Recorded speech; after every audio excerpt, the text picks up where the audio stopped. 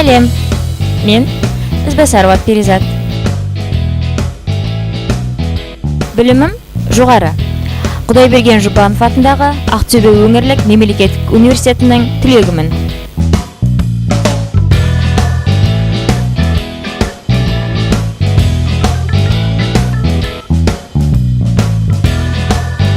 Туған жерім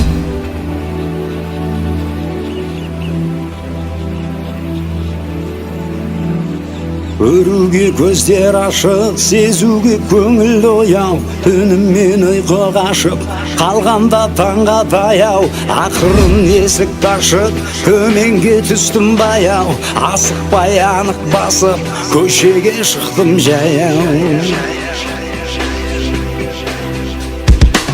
Оянды ерте қала, асығып суыт жандар, тымыққан оймен сана, жүгіріп шыныққандар.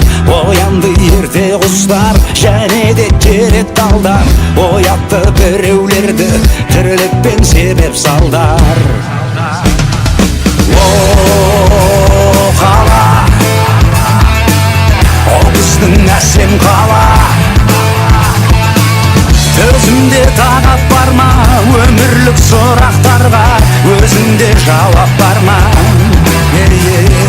О, қала, о біздің ару қала, сөзіме үн қатпаған, жай күйін жұмбақ маған, сырымды кімге ақтарам?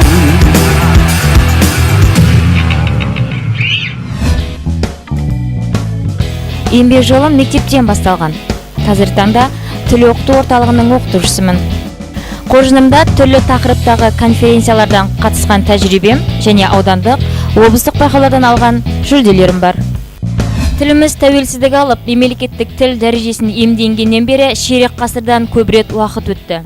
Мемлекетіміз қоғамда тіл мәртебесін арттыру мақсатында көптеген істер атқарып келеді.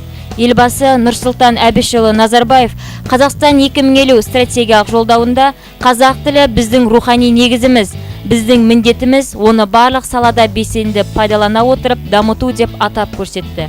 Бұл туған тілдің саяси мәні мен мағынасын, мемлекеттік мазмұнын айқындайтын үндеу деп түсіну қажет. Мемлекеттік тілді ойлау, болашақты ойлау деген сөз.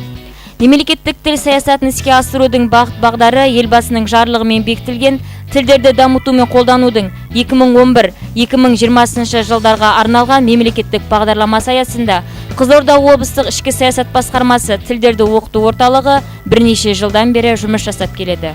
Біздің орталықтың мақсаты мемлекеттік тілге қызығушылық танытқан барша азаматтарға мүмкіндік беру, қолдану аясын кеңейту, қазақ тілінің мүмкіндігін дәлелдеу, құрмет көрсету.